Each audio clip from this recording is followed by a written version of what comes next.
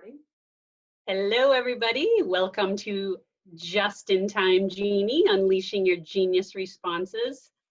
Welcome back. So today we are going to talk about clarity and why it is so important as a leader to have clarity.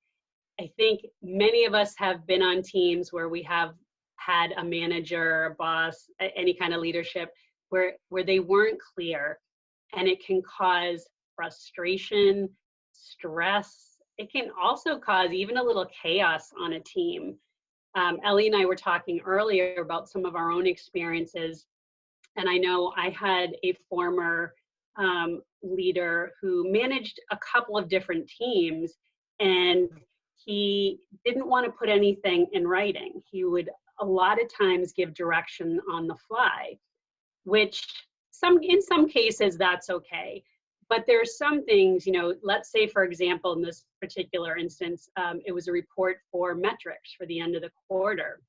And these two teams that he managed had to supply all their data and then present everything in one cohesive report.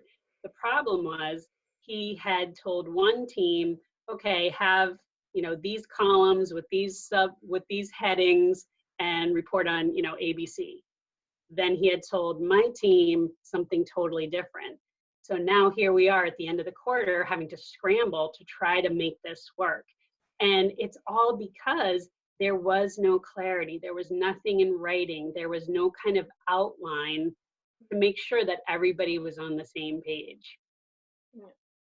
I guess what we wanted to offer today was that the lack of clarity can come from several places or reasons. Sometimes it's just the way an individual communicates.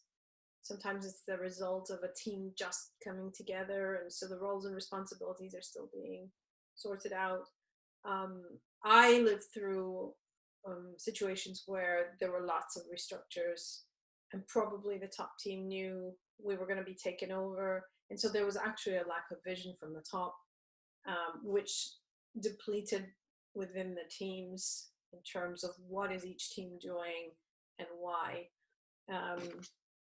And the result of this is, well, let's talk through the symptoms. Like, it's not just, that it's messy. On a very individual level, work is all about, what am I contributing? How does this fit into the bigger picture? And if that's constantly clashing, i.e. I'm not clear, or I work really hard and then what I give isn't useful, or somebody else is already doing this and they're questioning why I'm doing it as well. And then there's a kind of scuffle about who's more important and who has the bigger connections or the bigger space to do this, remit. And that can be very stressful, especially during restructures, especially, when 360s are coming up, because it feels like you have no control over your objectives and how you're going to perform. Absolutely, absolutely. To your point, it affects morale, to know that you've been working on something and it's kind of double duty because this person or team over here has been doing the same thing in a different way, not better or worse, just different. And you're trying to prove yourself, where does that leave you? So one of the things that is a danger, which I lived through to rather extreme examples, is that we get caught up in the PowerPoints, the keywords that are going around in companies. At the time for us, it was which burning platforms are we focusing on, which key objectives or metrics, like how many customers or does the entire company aiming for, and those become the subject of the scuffles, or a new idea of how to do it that doesn't clash with that team that is already doing it. And actually the issue is not so much the PowerPoint or the keyword or the metric behind it. It is, why is there a lack of clarity in the first place? So before getting caught up in the arguments with other teams or team members about who said what, the objective was, who was supposed to deliver what, try and understand where the lack of clarity comes from. Yes. And address it from there. Now, what happens if the lack of clarity comes from above you? You know, in my experience, the one team that did thrive in this kind of situation where everybody was trying to figure out how to justify their existence before a merger and during several restructures was a team where the leader was willing to just create the identity of the team and communicate it to the rest of people.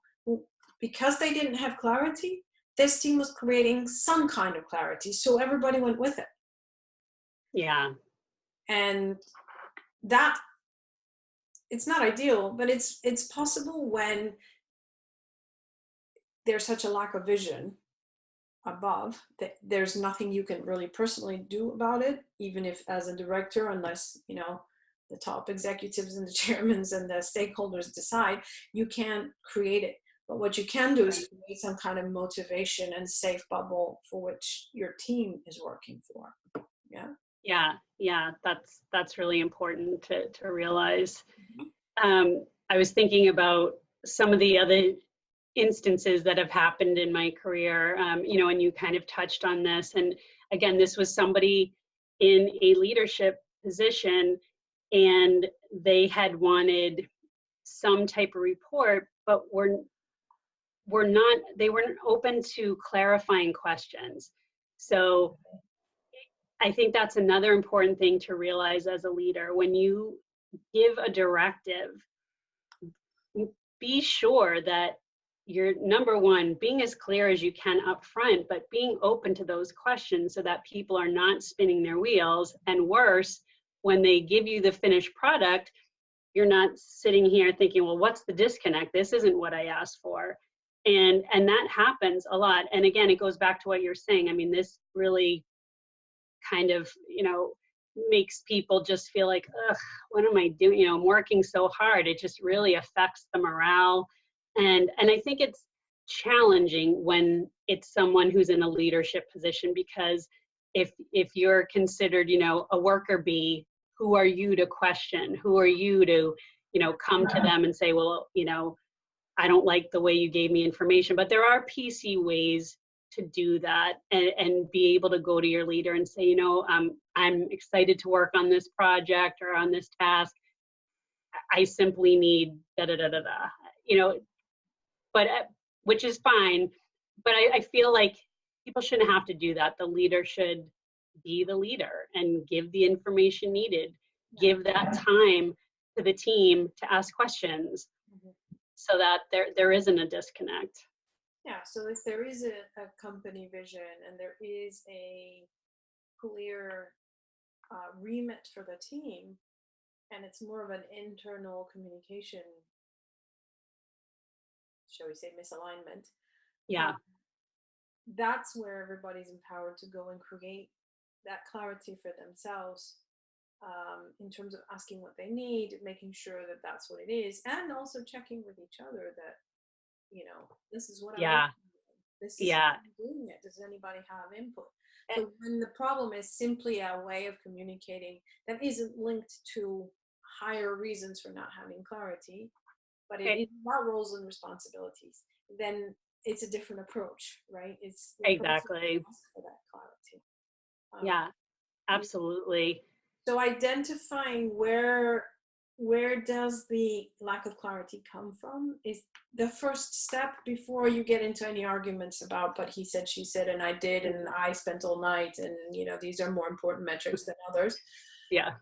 And in our next video, what we're going to do is get down a little bit more nitty gritty on the three key different levels where clarity can lack of clarity can happen, and how to approach those. So whether it's on a personality level, simply you have a not so good communicator, whether it's on a intra-team kind of overlap level, or whether it's that the entire company is going through a massive change and there isn't really a clear mission. How do we approach that? So hopefully you'll tune in for that.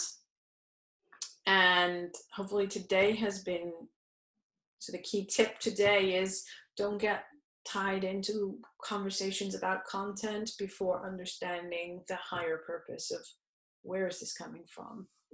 And once that's done, get people on your side to look at the lack of clarity together as opposed to pulling like this. So put it out there as something you guys as a team can handle.